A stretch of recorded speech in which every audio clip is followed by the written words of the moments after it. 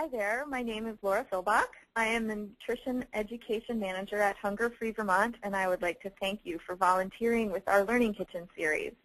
This webinar will cover the content of the first 3 lessons in the 6-class series. It is designed to prepare the nutrition educator to teach the classes, although if you're a host, a chef, or other volunteer who is interested in what the lessons are like, then you are most welcome as well. I'm glad that you've joined us. If you're currently scheduled to teach a series and have not attended a Learning Kitchen orientation, please contact me for a link to a recording of that presentation or to schedule one.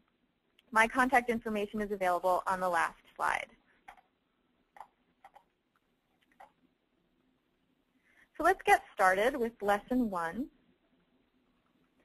which focuses on different food groups and on hand washing. Each lesson has several goals and objectives that encompass nutrition, cooking, and food safety. In Lesson 1, there's also a goal about physical activity.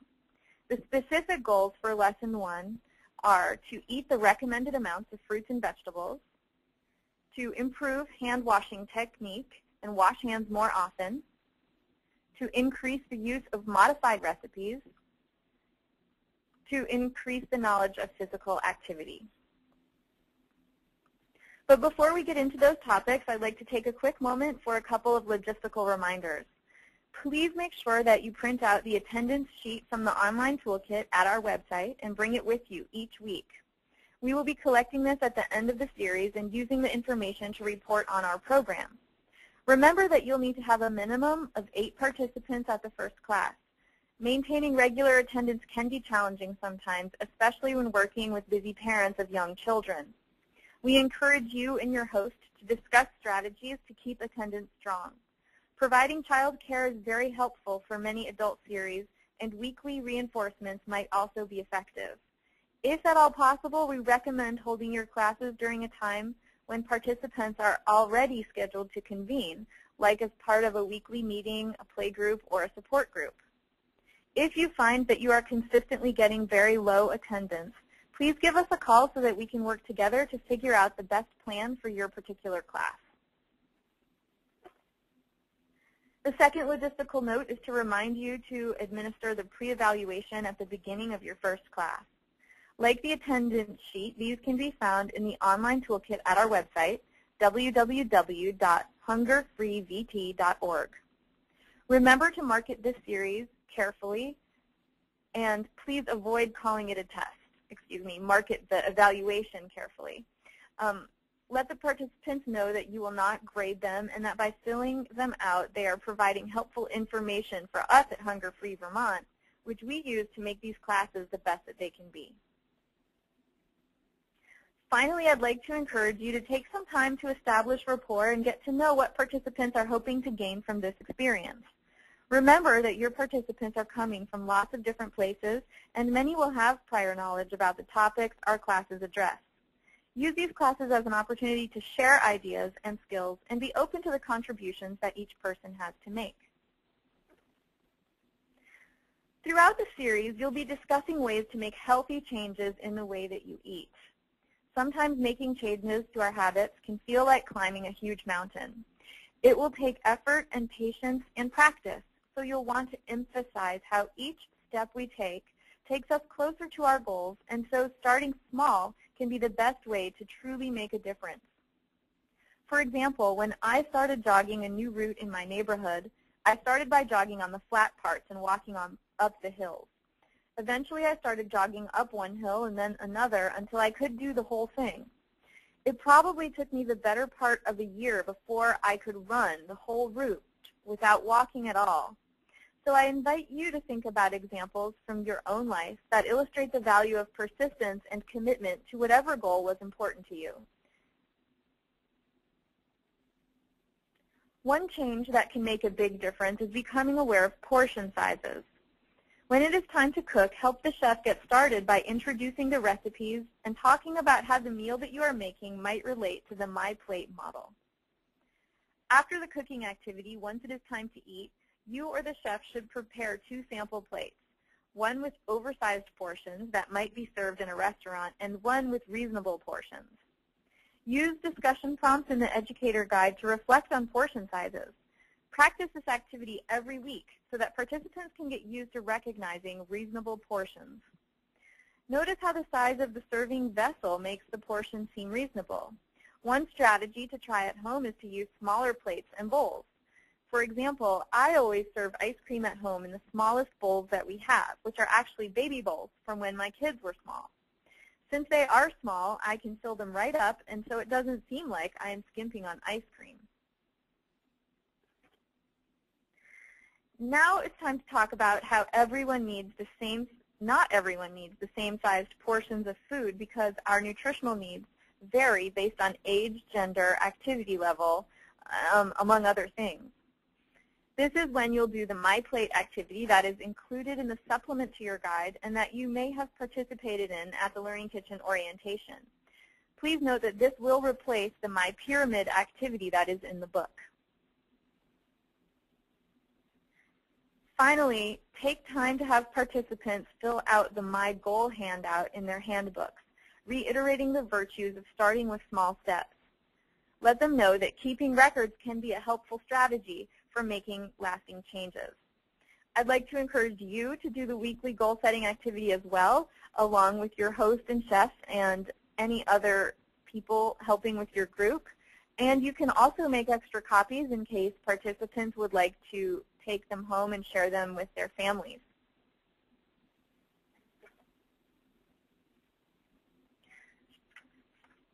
Lesson 2 focuses on fats and calcium in the context of calcium-rich foods and meat. The goals for this lesson are to decrease the intake of fat, saturated fat, and trans fat, to increase the intake of calcium-rich food, to keep food preparation surfaces clean and sanitary, to prepare foods low in fat and saturated fat, and to increase the use of calcium-rich foods in recipes. After the first week, you should start off each lesson by reviewing last week's goals and any efforts made on their My Goal sheets. Also encouraging any progress, even if people did not completely meet their goal, we want to encourage any type of progress people made.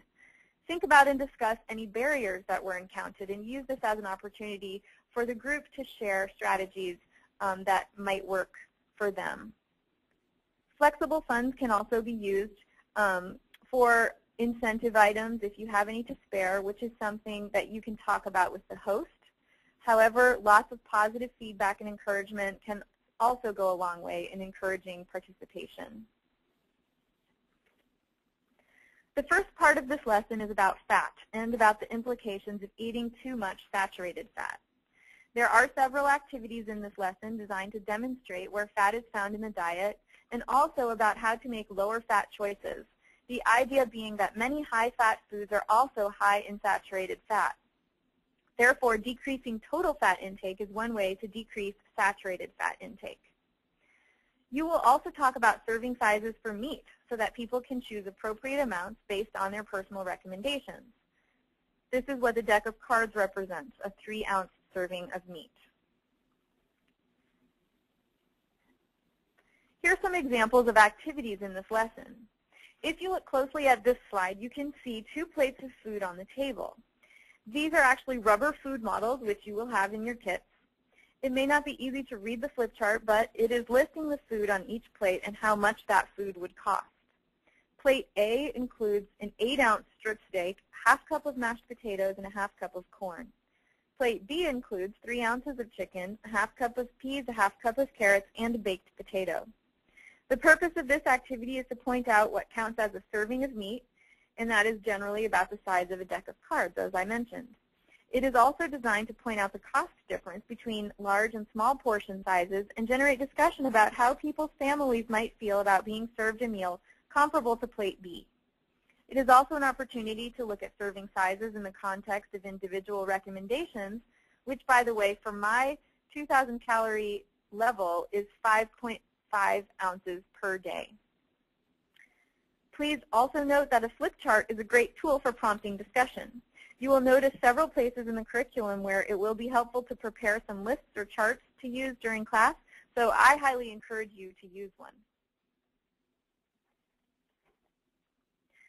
The fat continuum activity is designed to demonstrate where fat is found in the diet and how to choose lower fat options. These items are already in order from ones containing the least to the most saturated fat. However, you'll pass these out to your class and have the participants put them in order as a group. What if we look at these as two lunch meals?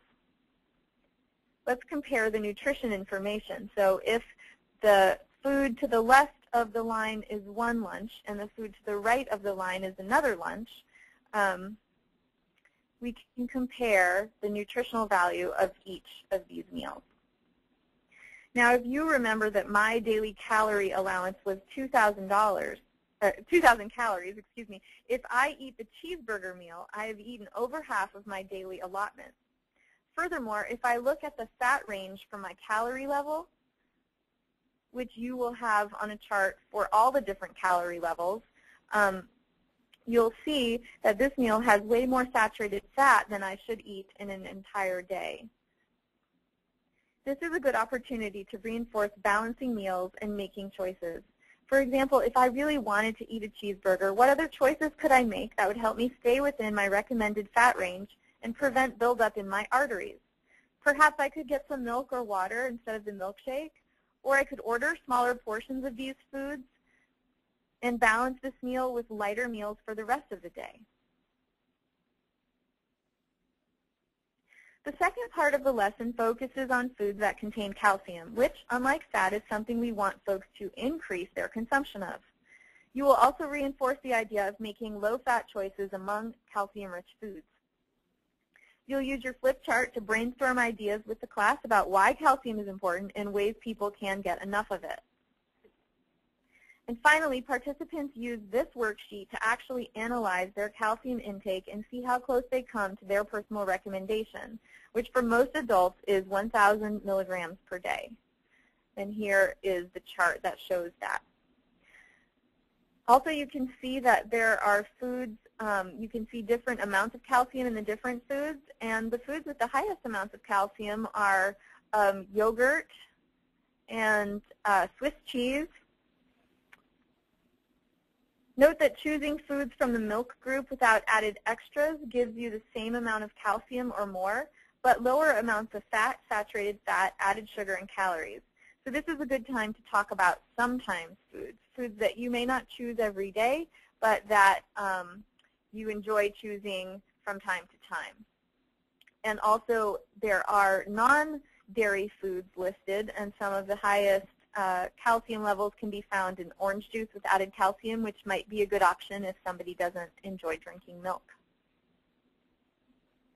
The final lesson I'm going to talk about in this presentation is Lesson 3, which is about fruits and vegetables, including beans, and about cross-contamination. The goals for this lesson are to increase intake of fruits and vegetables, prevent cross-contamination of foods, and to increase the use of fruits and vegetables in recipes. One way to help people increase their intake of fruits and vegetables is by learning to try new things. This can be especially challenging when feeding young children, although many adults are also reluctant to sample unusual foods. Your shopper should provide some unusual fruits and vegetables that people may not have tried before. Start with the foods in a paper bag that participants reach into and try to guess by feel.